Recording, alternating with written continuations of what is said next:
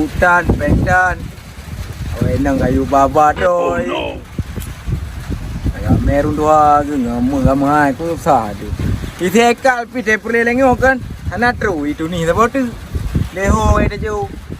Dan dah jerat. Kopi kada kali pi yo. Iti Amir nah.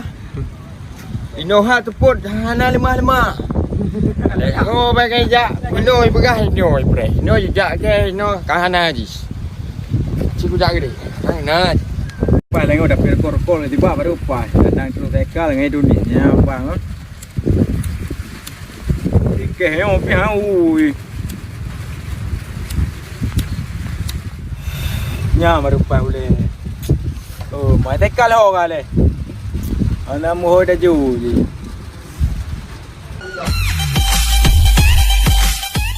Oh, ipam payu-payu lagi ji kai. Lagi bakoh trenu nah. Kal. Kena you pakai baju. Puna. Nampak kau ke?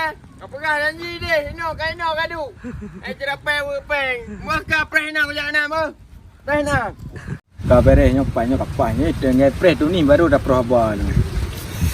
Benar kau ada jauh lega. Kau pegai dia benar. Mai, kadu ino kat sini no sama ngak ino. Oh, kalau pegai ino kadu upai biasa ni tu kem aduh. Kau ni ho kai tu. Ni kai. Ji tapi dengan cewek ji. Kau menanjing kat depan cewek ngangan nak tengok dia. Bak lihat berapa men nyo rukuk nak leh tau. Ngepek kol-kol ni.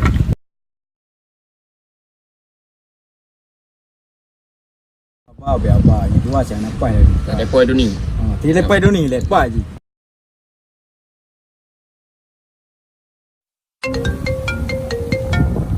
Alah, belum lepas kali. Aku cabi. Lu. Puna, ji pegah ju puna. Okey, dua ngam ya rembang. Kok dan kopi dan. Babak lepo dia dengan dia. Puna peng jak anang ujuk peng. Rokok jak anang baru rokok.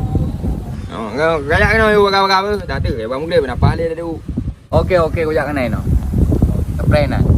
Oh, je aku spray depan biasa. Ga apa? Kom lah.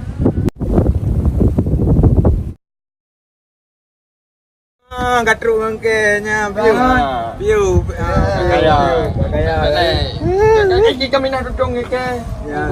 Kiban. Apa kiban? Dengan kau sang. Ada apa? Kau ana je lah mek. Panggang 25 legom. Panggang 25 legom tadi. Nyo kan. Alah. Hai dah begini yo. Mengkat wale. Oi nang kai jajak ro ya leke. Iban jerau kan. Solusi biju. Alah. Yang ke nyan salah aku. Begipa. Ya, tidak fikir.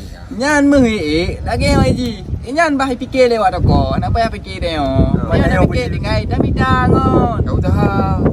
Jamu doa be doa. Ikan nak mayang ni. Tu mayang. Tanya. Mudah. Ya lo kawan.